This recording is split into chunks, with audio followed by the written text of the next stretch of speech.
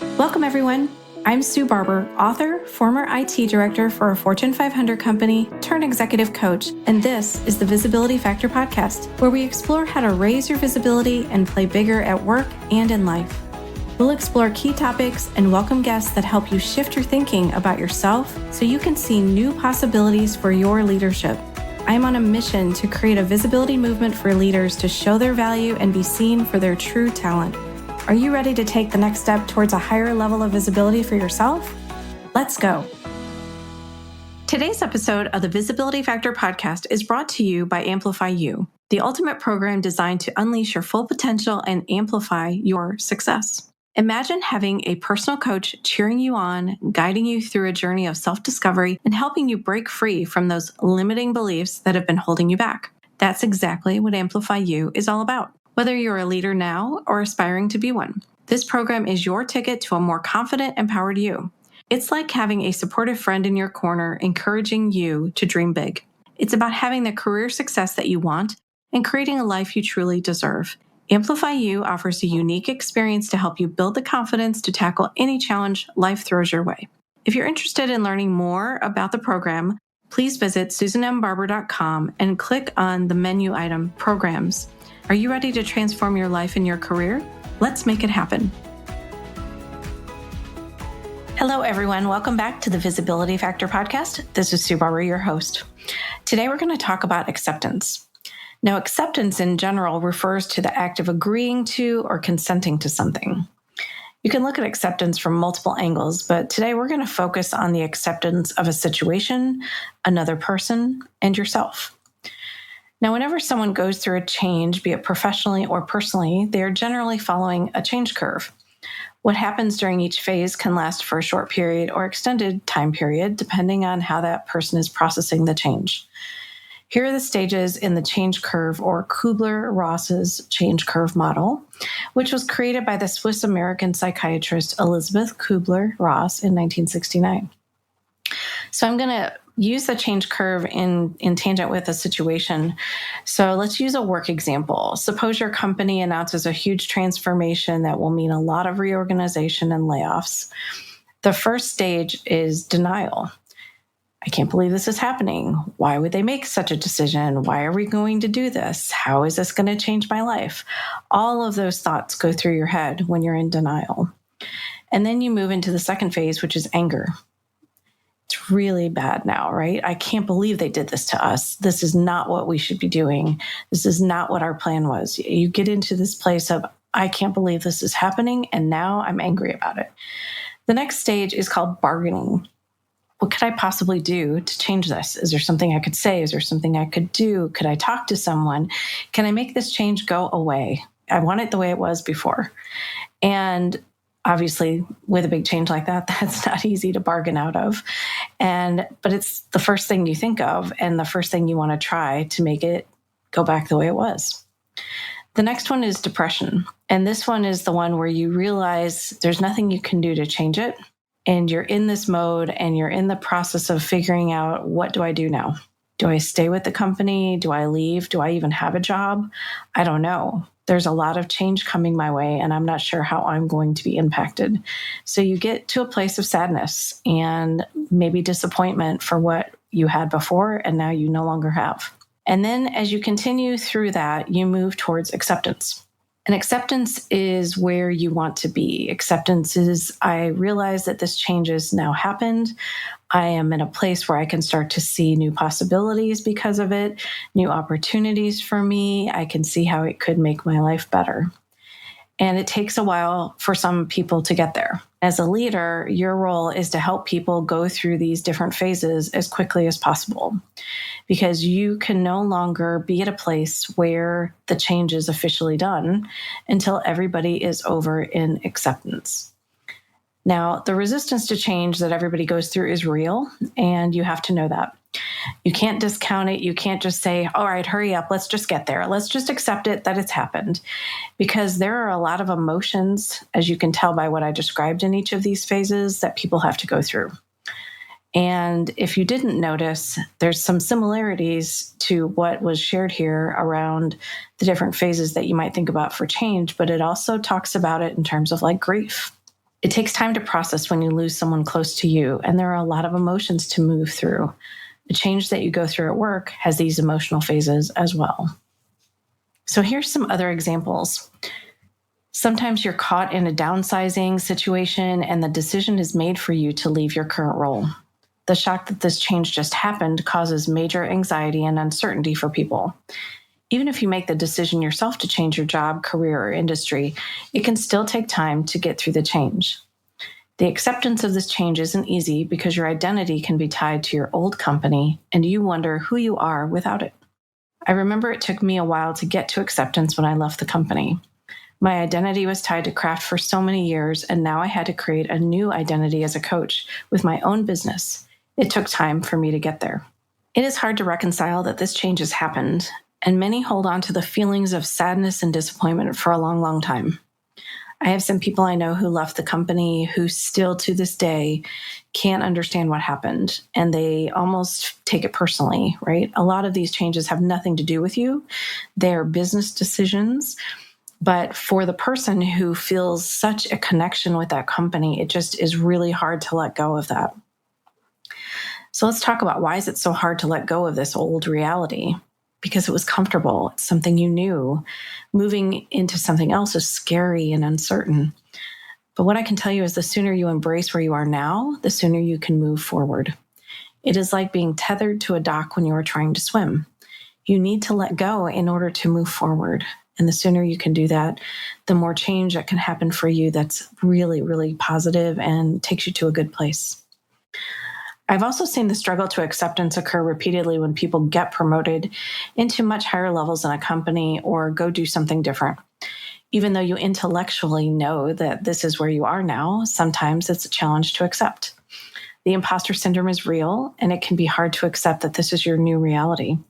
Give yourself the time to process the change, and you will move to acceptance faster. Now, I want to slow this down just for a moment and share with you, acceptance is a choice. It's not something that always magically happens. Sometimes you have to really take the time to slow down and say, okay, I am intentionally choosing this acceptance as my choice. It is the simple moment when you decide to look at things differently. It can change everything for you and how you see what happened. You might even begin to see that it didn't happen to you, but for you. So are you going through a change right now, a change at work or at home? Are you wishing that it wasn't happening or that you could go back to the way it was before the change started? What are you holding on to now that you've been resistant to accept?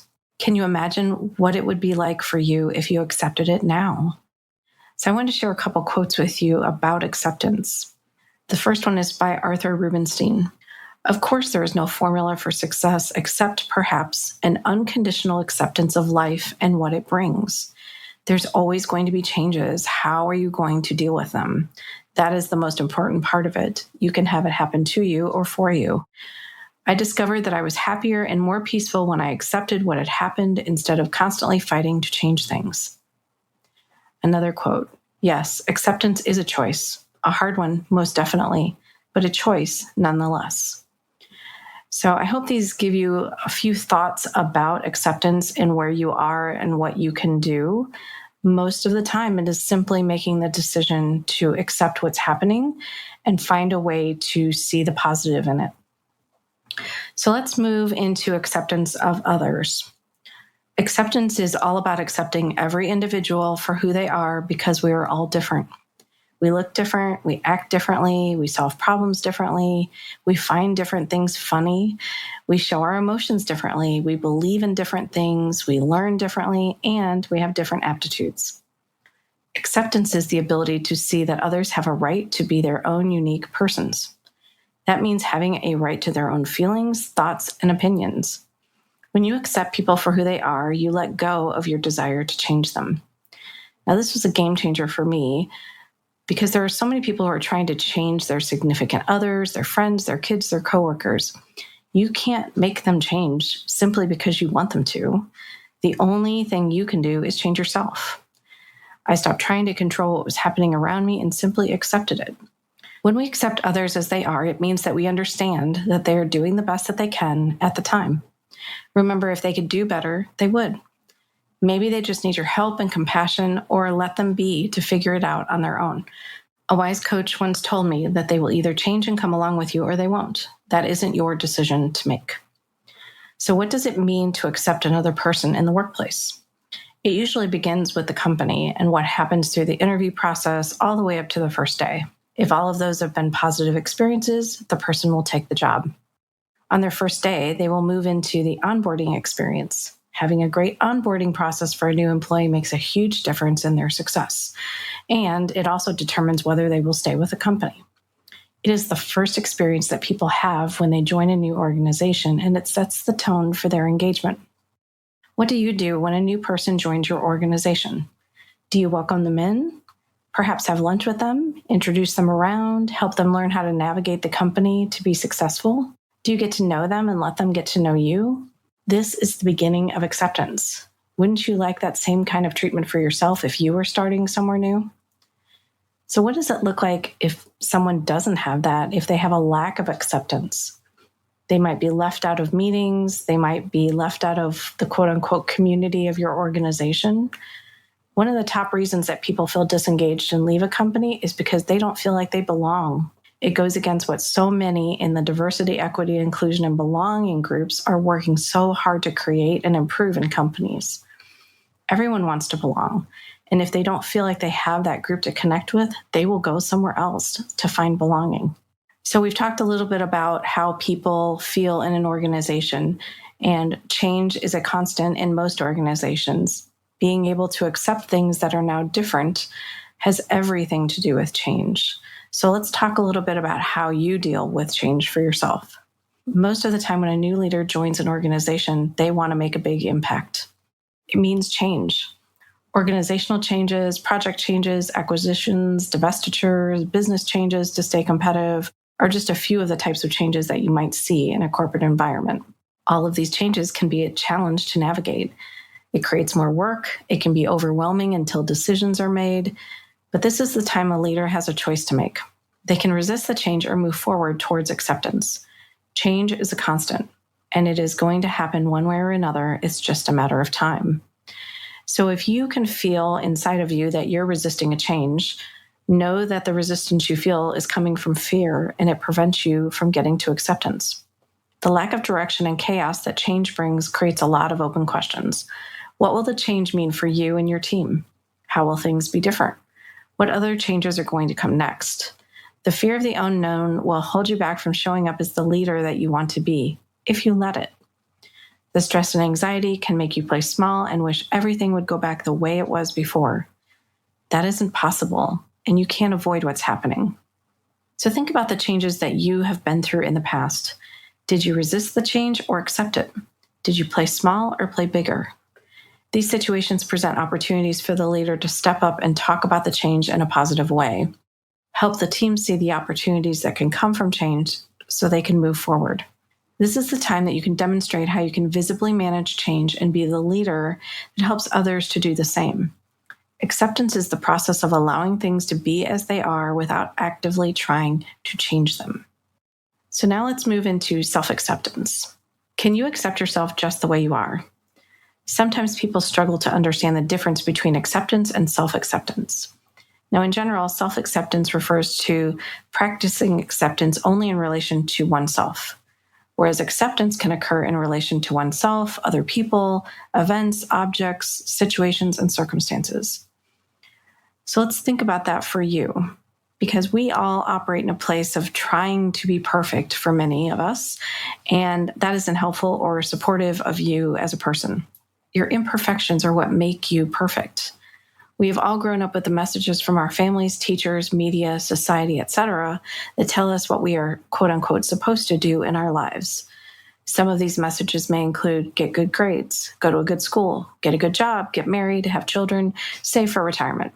You get the gist of the messages we've all heard and internalized over many years. Those messages create some ideal picture of who we are supposed to be in our head. You may have a different vision for your life. But when someone sees you stray from the plan that you are told you are supposed to follow, that makes you unique or different now. Unfortunately, how people see us has an impact on how we see ourselves. When you are told you're different, then the acceptance that many people crave from others is no longer there.